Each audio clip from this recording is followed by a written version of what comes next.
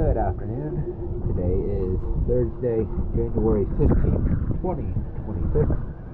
I'm here at Port 32, and this is an after video of Endeavor. To piggyback off of the zincs that I mentioned in the before video, the four that are shaft zincs that are on the swim platform are 1 inch and 1/4. And then you have 2 collar zincs on your shaft, and that's 2 inches, both of those. It does look like you have enough room just to put a 2-inch shaft zinc on there if necessary. But we're going to go ahead and show the after video and the cleaning. And it also looks like there is a rudder zinc that is also an R5. Alright, here we go.